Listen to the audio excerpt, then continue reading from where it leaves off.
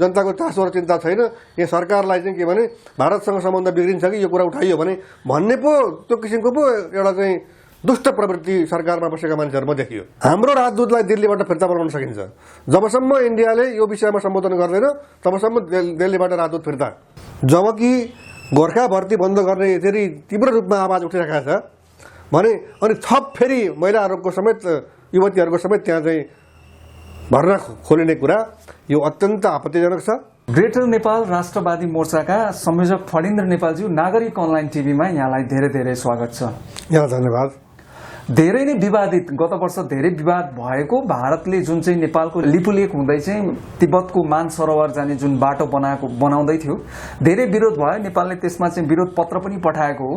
यद्यपि त्यो बनाउने क्रम रोकिएको छैन र अहिले चाहिँ के भइराखेको समाचारहरू आइराखेका छन् भने त्यो बाटो बनाउनको लागि भारतीय पक्षले चाहिँ विस्फोट गरेका बमहरूको कारण नेपालपट्टिका दार्चुला जिल्लाका चाहिँ 4वटा गाउँ नै चाहिँ विस्थापित हुने अवस्था, पहिरोको खतरामा परेको अवस्था, बाटो बन्द भएको अवस्था, बाढीको खतरा, यो अनेक कुरा आइरहेछ। सर, सरकार मौन छ, यहाँले कसरी हेर्नु भएको छ? सरकारको मौन त आश्चर्यजनक छ, दुःखद छ, विषादपूर्ण छ। आफ्नो देशका जनता रोइगराइ गर्दाखेरि त्यसको आवाज सरकारको कानसम्म पुग्न सकेको छैन, सुन्न चाहिरहेको छैन, नपुगेको होइन, नपुगेको बहाना अथवा नसुनिएको बहाना गरिरहेको छ। अब तपाईले जुन गम्भीर र घनीभूत समस्याले आक्रान्त भएको विषयमा प्रश्न गर्नु हो, म चाहिँ अर्जुनजी के भन्छु भने इन्डियाले एउटा रणनीतिक दाउ खेल्यो, त्यसमा नेपाल नराम्ररी फस्यो। त्यो के भने 2019 को नोभेम्बर 2 मा जब उसले पोलिटिकल म्याप निकाल्दाखेरि हाम्रो चाहिँ लिम्पियाजुरा क्षेत्र भनौँ न, हजुर, लिम्पियाजुरा र कालापानी, लिपुलेक त उसले पहिले हालेको थिएन, तर पछि चाहिँ लिम्पियाजुरा र कालापानी क्षेत्र पनि आफ्नो पोलिटिकल म्यापमा राखेर उसले आफ्नो चाहिँ राजनीतिक नक्सा जारी गर्यो। जारी गरेपछि ढिलो चाँडो नेपालले पनि अब विरोध पत्र पठायो। हजुर, विरोध पत्र पठाउँदा इन्डियाले के भन्यो भने त्यो जमिन हाम्रो हो र त्यसमा हाम्रो सार्वभौमसत्ता स्थापित छ भन्यो। जटिल प्रश्न नै यहाँ छ के। र उसले के भन्यो भने यो विषयमा त कुरै हुँदैन भने तपाईँ इन्डियाको फरेन मिनिस्ट्रीको स्पोक्स पर्सनले पटक पटक यस विषयमा बोल्दाखेरि जुन टेरिटोरीको विषयमा नेपालले क्लेम गरिरहेको थियो त्यो क्लेम गर्न नै सक्दैन, किनभने त्यो नेपालको होइन, इन्डियाको सोभरेन टेरिटोरी हो भनिरहेको छ। अनि सोभरेन्टी माथि नै प्रश्न उठेको छ। हामी हाम्रो सोभरेन्टीको कुरा गरिरहेछौँ, इन्डिया उसले आफ्नो सोभरेन्टीको कुरा गरिरहेछ। र जबसम्म इन्डियालाई नेपालको सोभरेन टेरिटोरीमाथि हस्तक्षेप गरेको, अतिक्रमण गरेको, कब्जा गरेको कुराबाट उसलाई च्युत गर्न सकिँदैन, उसलाई कन्भिन्स गरेर हुन्छ अथवा चाहिँ थ्रेट गरेर हुन्छ अथवा अन्तर्राष्ट्रियकरण गरेर हुन्छ, यो हाम्रो जमिन हो भन्ने कुरा जबसम्म हामी मूर्त रूपमा स्थापित गर्न सक्दैनौँ तबसम्म यो समस्या आइरहन्छ। किनभने इन्डियाले के भन्छ भने बाटो मैले आफ्नो जमिनमा बनाएको, नेपाललाई के मतलब? हजुर, अनि विस्फोट मैले बाटो बनाउँदा भएको छ। यो प्राकृतिक कुरा हुँदाहुँदै पनि मानवीय कारणले बनेको चाहिँ विस्फोट भए तापनि अब यो नियन्त्रणभन्दा बाहिर छ। तर यस्तो नियन्त्रणभन्दा बाहिर कि उसले खसालेको विस्फोटबाट खसालेको चाहिँ ठुल्ठुला चाहिँ चट्टानी ढुङ्गाका कारणले महाकाली नदीको प्रवाह नै अवरुद्ध भएर अब नेपाली सेनाले बनाएको बाटो समेत डुबेर भत्किएर अब त्यस्तो अवस्थामा पुगेर चाहिँ वैकल्पिक बाटो खोज्नुपर्ने अवस्था उत्पन्न भयो। यो परिस्थिति कसरी उत्पन्न भयो भन्दाखेरि सहेर, उत्पीडित भएर, निर्दो भएर, नपोलेर।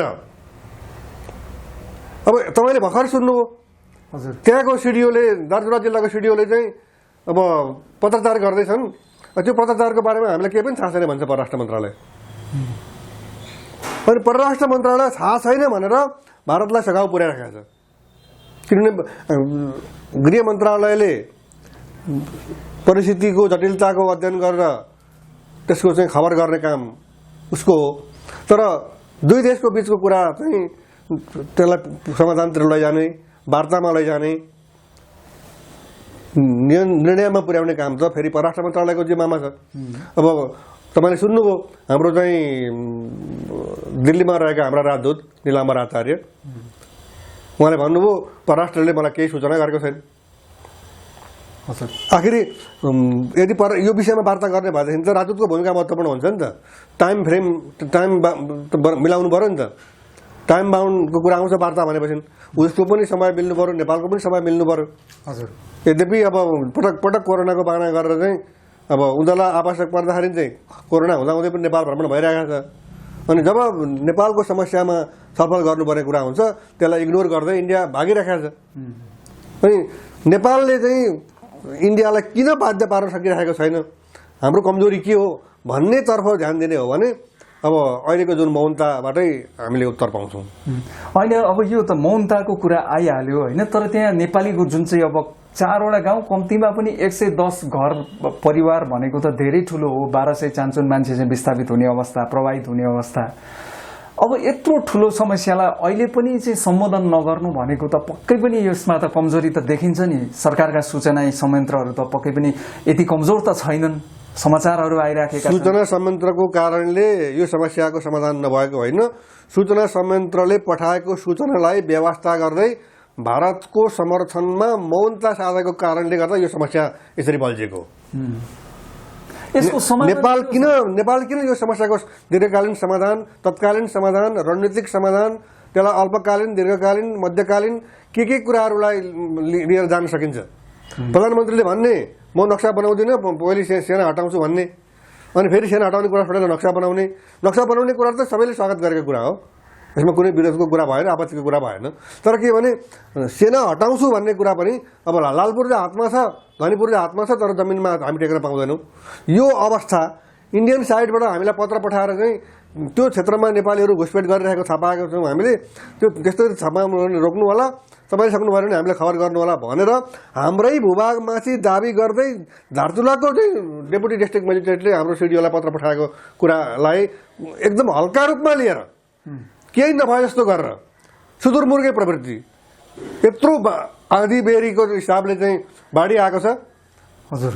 अनि विस्फोट गराइएको छ र नेपालको भूमिमा 19 देखि 23 किलोमिटर बाटो नेपालको भूमिमा हुँदै चाहिँ गएको छ।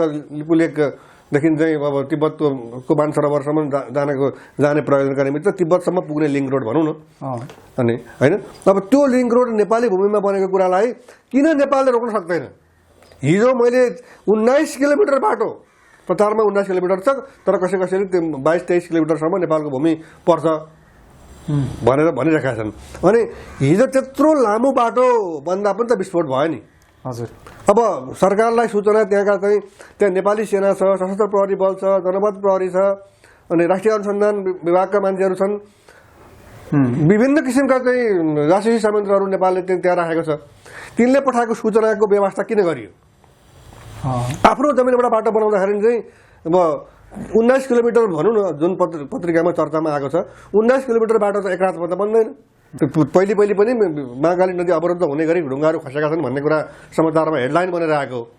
यी सबै कुरा व्यवस्था गर्दै अनि समस्यालाई चाङ पार्ने, अनि राम्रो गलैँचाउने थुपार्ने, अनि जनता चाहिँ मरेको मरेछन्, पीडित भएको भएछन्, जनताको चासो र चिन्ता छैन। यहाँ सरकारलाई चाहिँ के भने भारतसँग सम्बन्ध बिग्रिन्छ कि यो कुरा उठाइयो भने भन्ने पो त्यो किसिमको पो एउटा चाहिँ दुष्ट प्रवृत्ति सरकारमा बसेका मान्छेहरूमा देखियो। हजुर, त्यो चाहिँ हो सर। तर समस्या अब यसको समस्याको समाधान के हो त? सरकार बोलिराखेको छैन, जनता चाहिँ प्रताडित छन्। त्यहाँनिर भारतले चाहिँ नेपालको भूमि अतिक्रमण गर्यो र त्यहाँ सडक बनायो भनेर यत्रो विरोध भयो, नक्सा आयो, अन्तत त्यसले केही पनि तात्विक रूपमा फरक आएन। त्यो बनिराखेको नै छ, चाँडै नै अब त्यहाँ पनि निर्माणको क्रम अब त्यो पनि अगाडि बढ्छ होइन। त्यो हिसाबले त अनि अब यसको समाधान चाहिँ के हो त? होइन, समाधानका दिशातिर सरकारको कुनै किसिमको पहल देखिँदैन, कुनै चासो, उत्सुकता र रुचि पनि देखिँदैन। हेर्नु, यस्तो कुरा भइसक्यो, परराष्ट्र मन्त्रालयमा इन्डियाको राजदूतलाई बोलाएर सोध्न सकिन्छ नि। वार्ता तत्काल हुनु पर्यो। वार्ता हुनलाई किन लेट भइरहेको छ? किन व्यवस्था गरिराखिएको हो? नेपाली जनताको गल्ती के हो? नेपाली जनतालाई यस किसिमको युद्धको विभीषिकामा जस्तै अवस्थामा किन पुर्याइँदैछ? यो विषयमा राजदूतलाई बोलाएर नोट दिन सकिन्छ। हाम्रो राजदूतलाई दिल्लीबाट फिर्ता बोलाउन सकिन्छ। जबसम्म इन्डियाले यो विषयमा सम्बोधन गर्दैन तबसम्म दिल्लीबाट राजदूत फिर्ता भन्न सकिन्छ। यहाँ त के भने अब सुदूरपूर्वीय प्रवृत्ति मैले तपाईँलाई अघि भनिसकेँ, सरकारमा बस्नु छ, सरकार चलाउनु छ, समस्यातिर ध्यान छैन, खालि झन्डा हल्लाउनु छ। अब अहिलेसम्म सुनिन्छ नयाँ परराष्ट्र मन्त्री चाहिँ अब ब्रिफिङ लिँदै हुनुहुन्छ। अब चाहिँ 7 गाउँ डुबे अनि माझीहरूले चाहिँ अब कसरी बचाउने परिवारलाई भनेर सल्लाह गरे भने जस्तै त्यस्तो अवस्थामा पुगिसक्यो। गृह मन्त्रालयले आज पत्राचार पनि गरेको कुरा पनि आइसक्यो। हजुर, त्यो पत्राचारपट्टि पनि ध्यान छैन। अनि इन्डियासँग कुरा गर्ने हैसियत पनि छैन, त्यो याउ पनि छैन, त्यो गट्स पनि छैन। अनि नेपाली जनताका अगाडि चाहिँ झन्डा हल्लाएर मन्त्रीहरू हिँड्ने। प्रधानमन्त्रीले आफ्नो समकक्षीसँग कुरा गर्नु पर्यो नि त। यो विषयलाई उहाँले चाहिँ हटलाइनमा लैजानु पर्यो। हजुर, महत्त्वपूर्ण विषयको रूपमा प्रस्तुत गर्नु पर्यो। र यो विषयलाई समाधान गरेर लैजाउँ, तत्काल लैजाउँ भन्न सक्नु पर्यो। अब यहाँ चाहिँ के भने थाहा नपाए जस्तो गरेर अब हामीले बेला बेलामा भन्ने गर्छौँ नि, सुतेको मान्छेलाई उठाउन सजिलो छ। हजुर, नामले बोलाएर अथवा चाहिँ कुममा यसो छोएर हल्लाएर उसलाई उठाउन सकिन्छ। तर जसले सुतेको बाहना गर्छ त्यसलाई कुममा गएर हल्लाइयो भने पनि गर्छ, यता पल्टिन्छ उता पल्टिन्छ, उठ्ने चाहिँ नाम लिँदैन, किनभने ऊ बाहना गरिरहेको छ। भने जस्तै हाम्रो सरकार बाहना गरिरहेको छ, हामीलाई थाहै छैन। पत्र पत्रिकामा अब पहिले पनि तपाईँले सुन्नुभयो नि, त्यत्रो बाटो बनायो अनि उद्घाटन भयो, अनि पत्र पत्रिकामा आएको समाचार अनुसार भनेर चाहिँ परराष्ट्रले विज्ञप्ति निकाले। यो लाजमर्दोपन इन्डियाले बुझेको छैन। हाम्रा मान्छेको याउ थाहा पाएको छ, हाम्रा मान्छेको खुट्टा उल्टे देखेको छ, हाम्रा मान्छेको सामर्थ्य शक्ति आँखामा आँखा जुदाएर कुरा गर्न नसक्ने र आफ्ना निजी र पारिवारिक स्वार्थहरूलाई चाहिँ मन्त्रीस्तरीय के अरे बैठकमा लैजाने यो प्रवृत्ति भलिभाँति जान्न छ इन्डियाले। त्यसका कारणले नेपाल यसरी पछि परेको हो। आफ्नो राष्ट्रिय स्वाधीनताको रक्षाका निमित्त कुरा गर्ने 1 इन्च जमिन दिँदैन भन्दा अस्ति भर्खर गृहमन्त्री बोलेको होइन? के भनेको त्यो 1 इन्च जमिन दिन्न भनेको? 500 किलोमिटर जमिन छ, पर किलोमिटर जमिन त त्यही छ, उसको कब्जामा छ। अहिलेसम्म 2015 को मे 15 मा त्यसको चाहिँ इन्डियाको प्रधानमन्त्री र चीनको राष्ट्रपतिका बीचमा भएको जुन जोइन्ट कम्युनिक हो, त्यो प्रेस वक्तव्य हो, त्यसको बुँदा नम्बर 28 मा लिपुलेखबाट चाहिँ व्यापार विस्तार गर्ने चीन र इन्डियाले भन्ने कुरा थियो। त्यसलाई निरस्त पार्ने काम, त्यसलाई सच्याउने काम, त्यसलाई भङ्ग गर्ने काम, त्यसलाई रद्द गर्ने कामका निमित्त नेपालले गरेको प्रयास के हो नेपाली जनता जान्न चाहन्छन्।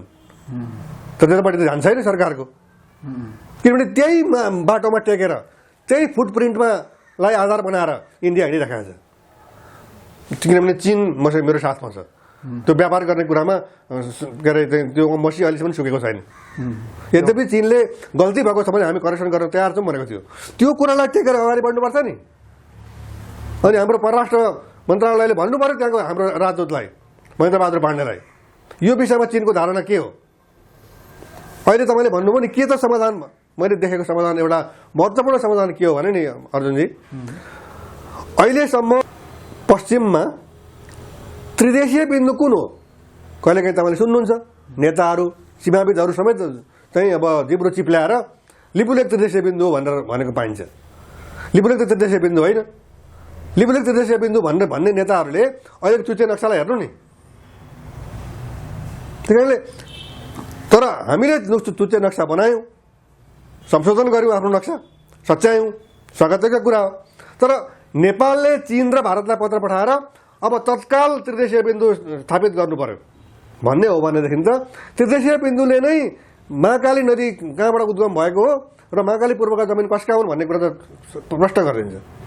त्रिदेशीय बिन्दु स्थापित गर्ने बेलामा सामान्य गफगाफको भरमा त हुँदैन। इन्डियाले डकुमेन्ट पेश गर्छ, नेपालले आफ्नो डकुमेन्ट पेश गर्छ, चीनले पनि आफ्नो चाहिँ त्रिदेशीय बिन्दु स्थापना गर्ने सन्दर्भमा मेरो यहाँसम्म हो मेरो भूभाग भनेर उनले पनि आफ्नो दृष्टिकोण राख्छ। त्यसकारण हाम्रो सरकारले मूर्त रूपमा ठोस ढङ्गले यसको समाधान खोजेकै छैन। भारतीय सेनामा चाहिँ नेपाली महिलाहरूलाई चाहिँ मिलिटरी पुलिस भनौँ न, सेना प्रहरीको रूपमा चाहिँ भर्ना खोलिएको अवस्था छ। यसलाई तपाईँले कसरी हेर्नु भएको छ? यसै वर्षबाट यो सुरुवात पनि गरियो होइन? एउटा त यो शङ्कास्पद छ, अर्को चाहिँ इन्डियाले फिलरको रूपमा छोडेको हुनसक्छ। नेपालको प्रतिक्रिया के हुन्छ भनेर समाचार आयो। समाचार आइसकेपछि मैले त्रिपक्षीय वार्ता भन्न आयो सन्धि हेरेँ। नेपाल, बेलायत र इन्डिया बिचको 1947 नोभेम्बर 9 जुन त्रिपक्षीय सन्धि भयो, त्यो सन्धिको धारा 3 मा चाहिँ त्यहाँ गोर्खा जवानहरू भन्ने शब्द परेको छ र नेपालले चाहिँ दुईटा मुलुकका बिचमा प्रस्तुत गरेको स्मरण पत्रमा पनि गोर्खा जवानहरू भन्ने शब्द नै परेको छ। त्यहाँ चाहिँ जवान भनेपछि त त्यो युवक वा पुरुष नै भन्ने बुझिन्छ र नेपाली अथवा गोर्खाली भनौँ न, इन्डियामा र बेलायतमा गइसकेपछि बेलायतमा गोर्खा भन्छ, अब इन्डियामा गोर्खा भनिन्छ। अब इन्डियन गोर्खाका रूपमा, गोर्खा सैनिकका रूपमा काम गर्न गएका हाम्रा युवा दाजुभाइहरूले आफ्नो वीरता कसरी प्रस्तुत गरे भन्ने कुरा त जगजाहेर छ। त्यही लोभले नै निरन्तर त्यो भन्न जारी छ। तर पहिलो र विश्वयुद्धमा त्यसै गरी हाम्रा युवकहरूले भिसी समेत प्राप्त गरे, ठुलो चाहिँ बेलायतको चाहिँ पदक पनि प्राप्त गरे युद्धमा कौशल देखाएको परिणामस्वरूप। तर त्यति बेला पनि कुनै युवतीहरू गोर्खा सेनामा भर्ना भएका थिएनन् र आजसम्म पनि भर्ना भएका छैनन्। र अहिले आएर अनि के कारणले कुनै लडाइँमा वीरता देखाउने भनेर चाहिँ त्यस्ता युवतीहरू वीराङ्गनाका रूपमा चाहिँ चर्चित भएको पनि कतै उदाहरण हामी पाउँदैनौँ भने अहिले युवतीहरूलाई पनि लिएर जाने भन्ने कुरा चाहिँ मेरो दृष्टिकोणमा सरासर ती युवतीहरूमाथि उनीहरूको चाहिँ शोषण गर्ने यो नियत छ।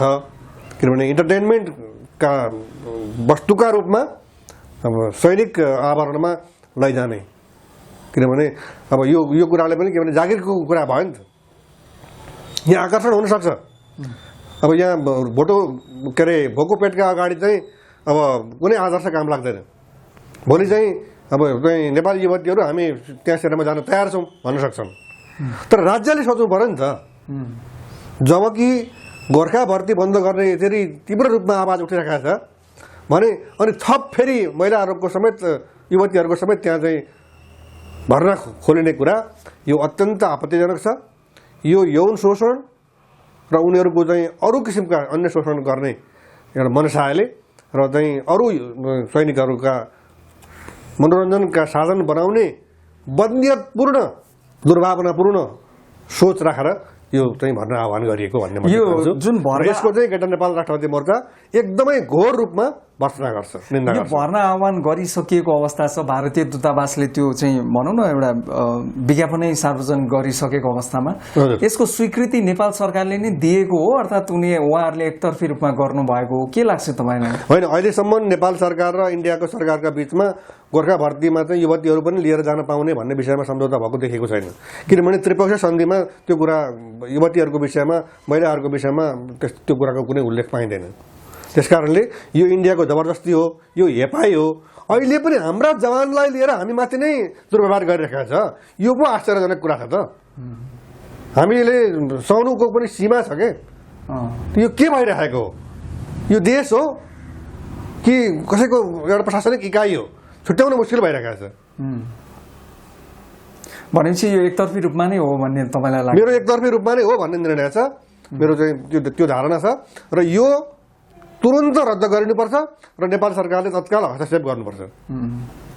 हुन्छ सर, अमूल्य समय दिनुभयो। यहाँको पछिल्लो भारतको जुन प्रवृत्ति देखिराखेको छ त्यसको विषयमा यहाँका विचार विश्लेषणको लागि म यहाँलाई धेरै धेरै धन्यवाद दिन चाहन्छु। अर्जुनजीलाई धन्यवाद, नमस्कार।